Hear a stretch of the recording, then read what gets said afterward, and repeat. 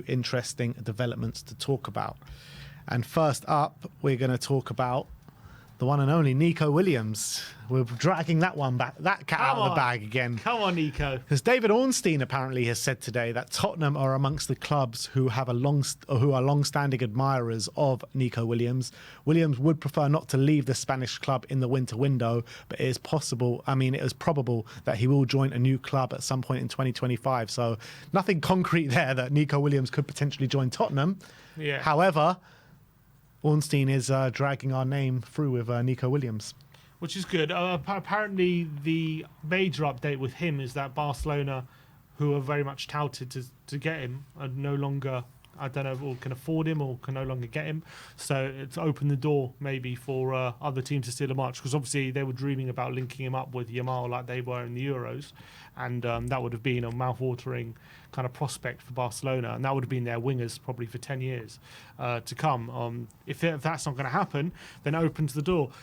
Look, in terms of release clause wise, in terms of how much, that apparently 55 million, I don't think Tottenham will have a problem with that. But where they'll probably have a sticking point is giving him the wages, or competing with wages when you compare what other clubs might offer him. Yeah, and it's just also a case of where Nico Williams sees himself. Does he want? I think he probably has his sights set on maybe a title challenging team and a Champions League team and stuff like that, where, you know, after winning the Euros and the kind of where he sees himself in world football right now, I feel like he probably looks at Tottenham as a step below him a bit. Probably. I mean, depending on what happens this season with us, if we can get into the Champions League, you can sell him a dream. But at the end of the day, if teams like Liverpool are serious about him, Man City, Arsenal, they're the ones who've shown a lot more ambition over the last, forever, but especially over the last few seasons. And, you know, I think he would much rather probably go to those sides and, you know he's going to be in the Champions League every year, know he's going to be competing for big trophies, than a risk that would be Tottenham. Obviously, Spurs Spurs would argue, look, Son's not getting any younger, and there's a slot opening up potentially on that left-hand side for a long-term option, and you could be a star here, you can be our starting winger, and, you know, we can build the team, you know, around you. You could sell him that, especially if Ange is still here and he's playing the attacking football that we know. With Liverpool, obviously, they've got Diaz there, they've got Gakpo there, they've got a lot of players there. Arsenal got Martinelli there, got Trossard who can. Yeah, but they've got no one on the level of Nico Williams. Let's be real. No, of course, but I'm just saying, you know, Tottenham, we could probably sell it to him. He comes straight into the team, and for the other teams, I think the other teams can sell that to him as well. Maybe.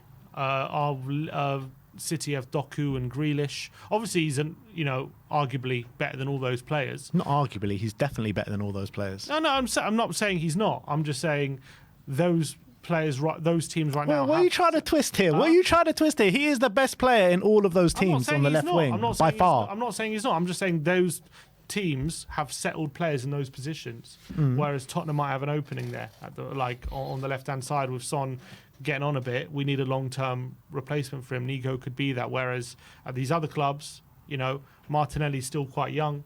Trossard has obviously done well there. Gakpo and Diaz, I don't know if they're going to be leaving anytime soon. Doku and Grealish, maybe Grealish is leaving. Obviously, Doku's also very young. I'm not saying these aren't the best players there. I'm just saying at Tottenham, he comes in and is a guaranteed starter, and maybe he's got a bit more competition in the other places. That's maybe how you would sell it. But I think if the other teams are interested and are serious about him, I don't see how Tottenham can compete. Yeah, that's the way I see it. Unfortunately, I think I think he's like the most perfect. When we think about life after Son, he's the perfect guy. Yeah, I'll break the bank for him. He's the perfect guy. When I talk about, you know, wages and stuff, and I was saying in the summer, like, Conor Gallagher wanted to be Tottenham's highest earner, and like, it's probably right to not do that, because I don't think Gallagher should be our highest earner. But when someone like Williams comes available, that's a different case. Should he be our highest earner? Probably, I would say, yeah. And I think I would break the bank to get him in if we could. I don't think Spurs even want to do deals like this anyway, and want to bring in players on high wages at the moment. That's just the reality of the situation at the moment. So I just don't think this is a starter. No, we can treat him though. We can treat. If you were to literally ask me my number one player to sign on a wing, it would probably be him. Yeah. Both sides as well. Yeah, he's so good, and he's been brilliant pretty consistently as well. Still balling it out for Atletico. You see when he's out on international duty how amazing he is. He's really taken his game to another level. So he would be brilliant for us if it would ever come to fruition. But it's a bit of a pipe dream. Yeah. And we've got Yang Min Hyuk coming in. We don't want to stop his pathway. Exactly. Next up, we're going to talk about Abdukodir Khusanov from Lens. Mike McGrath says that Tottenham, along with Newcastle, are chasing Lens centre-back Khusanov ahead of a deal in the next transfer window. He is valued at 25 million. He's been a bit of a breakout star in the French league this year. He's from Uzbekistan. And apparently he's having a brilliant season at Lens this year at centre-back. And maybe he can come in and challenge the players that we have here at the moment. Obviously, Davis not getting any younger. And maybe there's an opening happening at centre-back. I would say potentially. He looks quite tall. Is he right-footed or left-footed? I think that's always I believe he's right. Right-footed. Maybe we're looking at a long-term replacement for Romero if things are not going to turn around for him at the moment. I don't see him signing in January, to be honest, as much. I think they said maybe they'll look for a January deal, but I think we're probably going to just go with what we have for the season in terms of centre-back, I feel, unless he can also play out wide, but it sounds like he's just a centre-back. So from what I can see, he seems like quite an aggressive one, like very good when it comes to the amount of defensive numbers in terms of the amount of tackles, interceptions he makes. Passing-wise, doesn't seem to be very impressive, albeit I don't know how Lens play, but his passing numbers are not very good. So I don't know if that's just a case of the team he plays for or he's not very good on the ball. I remember Drag Machine, we may have had a similar argument, and we came to the conclusion maybe it was just because of the team he plays for, but now he's at Spurs and his passing hasn't been great. Although it's been improving recently, it's still not been on the level that we need it to be. So I don't know if this is the answer, but look, he's very young, he's 20, and maybe he's a guy who we see with massive potential. Yeah, and like I said, he is having a bit of a breakout season this year for Lens. Next one is a very interesting one. Goes by the name of Malik Tillman of PSV. Florian Plettenberg says, strong development from Malik Tillman at PSV Eindhoven. There are concrete inquiries regarding a potential transfer for the 22-year-old striker in the winter, with Tottenham Hotspur and Aston Villa showing interest. The US international sees the Premier League as a goal. However, a winter transfer is unlikely since his release clause only is active at the end of the season, which is between 30 to 40 million euros. FC Bayern do hold a buyback option and matching right, but currently have no plans to bring Tillman back. He seems like a really interesting option, Tillman. I think in the data and the metrics, he stacks up as a really strong winger. He's been playing in the number 10. He's been playing out on the left, but he has been known before this season as well to play out on the right on a few number of occasions as well. Very interesting option. Yeah, it looks like a really interesting forward. All I know is I don't know much about him, but I know I was watching the Champions League in midweek against and he PSV were playing Shakhtar, and he scored two absolute bangers, especially the first one. They're from about good like 35 yards.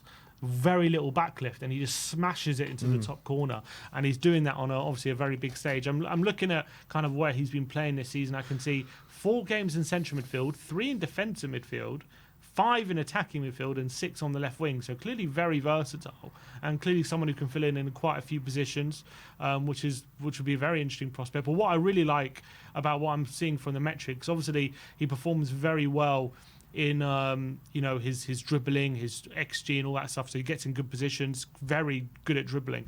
But what is very encouraging is his defensive metrics as well. Very high, good tackling metrics, good interception metrics as well. So clearly an aggressive player, someone who puts his foot in, and I think Ange will love that. So I think it seems like in terms of scouting wise, he seems like someone who looks like he could very much fit the bill in terms of fitting in on our squad. And he's been around the houses a little bit, Tillman. At 22 years of age, he came through the ranks at Bayern.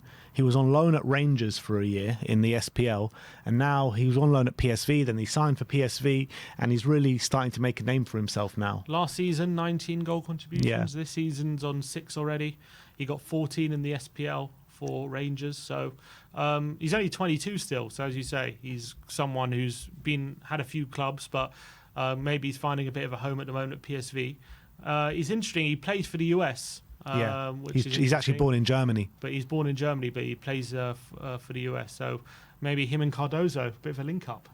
Could be interesting. That's an interesting thought. That is an interesting thought. But I feel like this is one that Spurs will seriously consider. This sounds like a Spurs signing if I've ever seen one before. Like 30 to 40 million euro release clause with those kind of underlying data and metrics. It just sounds like a Spurs signing, doesn't it? 100%. I'm looking at from his. I'm just looking at where he usually gets his goal contributions from, and interestingly enough, his best performance ones is when he's been in centre mid. He's got 5 goal contributions in 4 games. As a winger, 2 in 6 games, and an attacking midfielder 4 in 5 games. So it looks like he quite good playing in the centre and making late runs and doing things there. And obviously that's a position that we've been heavily linked with, like the likes of Gallagher and things like that. So maybe that's still one we're looking at, and he could be very much a player we can use.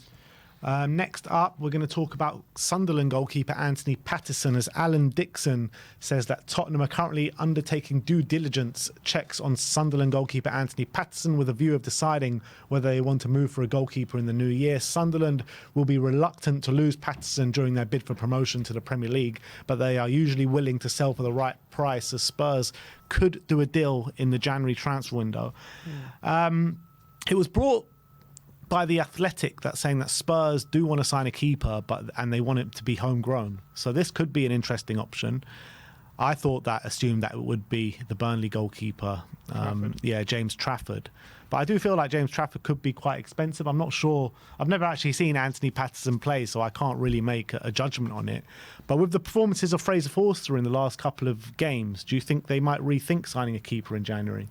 I think we need one regardless, because even though Forster's done well, what if something happens to Forster? We need number 2. I know we've got Austin and Whiteman, but I don't know if we trust them or not. Yeah. Nothing to suggest that we do.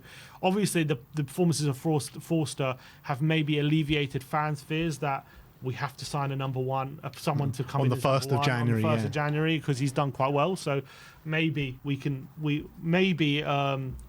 that. But I think long term, we all know we need another keeper. I think we were linked to one in the summer. So whether we get one in January or we get one in the summer, I do think we'll go for one. But I do think the performances of Forster have maybe stopped the panic that, we have to, we can't survive the next month or so, or next, let's say, up until March without another keeper.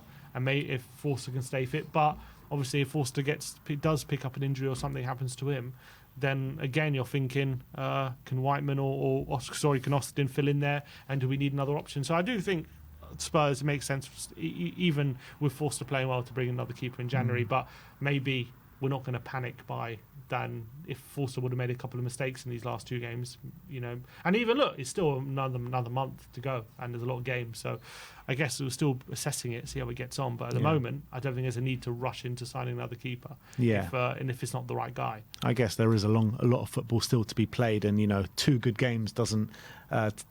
Anyone can have a couple of good games, but it's about showing consistency over the course of the month. But he's definitely had a good start to life as the interim or the number 1 at the moment.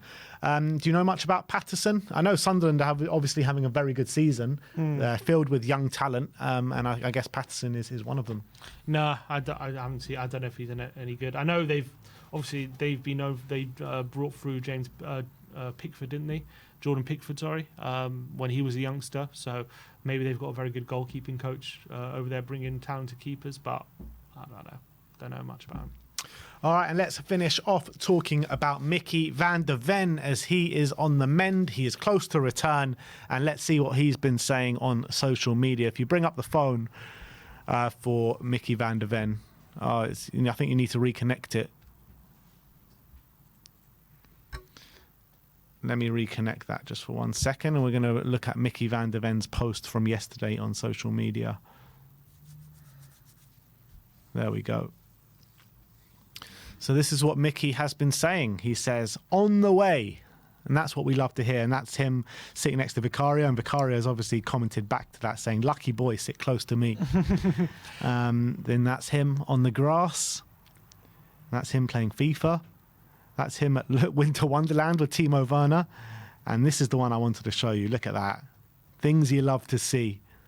All right, so hopefully he's not long away from a return. That we did hear as well that he could potentially back. The return date for him is December 6th, which is the Chelsea game. So let's hope that he's back in time for that game. That'll be great. Although Ben Davies, as we've been saying, been brilliant. There's actually some suggestion that when he comes back, maybe we should play him at fullback.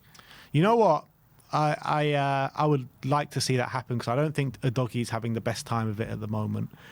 I think it is a bit of a risk, though, just coming back from a hamstring injury and putting that much strain on him straight away because it will make a lot of taxing movements on his hamstrings. That's why he got injured against City. Yeah, but I feel like Ben Davies is playing too well to take him out of the team at the moment. And I think Mickey, whenever he's stepped in at left back, he's been brilliant. So I'd like to see it happen, to be fair. Yeah, I think that's a good option. Or having Van der Ven back as well just gives us obviously more options to maybe rest a doggy if we need to and stuff like that. So and put Van der Ven, I think, at left back. I think I'd much rather have Van der Ven there than Davis out on the left. I think from what I've seen from both those players, Van der Ven looks better suited to it given how we play. And maybe it means as well we're less exposed down that side potentially, and Van der Ven can kind of tuck in and make a three at the back at times, maybe give even more license to Porro to get forward. So I think it's a good option to have, and I think it's something we should consider because we're definitely running Porro and Udogi into the ground, and at the moment, considering how we play our fullbacks as well, like they need to have some sort of rest. So I would consider it. I think even the Chelsea game, like there could be a good opportunity to do it. But you're right, we need to be careful with him.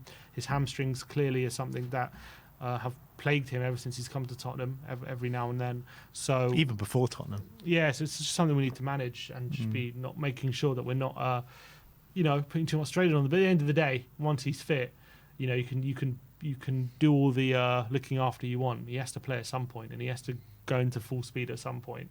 And it's just about when we're ready to do that. Yeah, I agree. But that is that.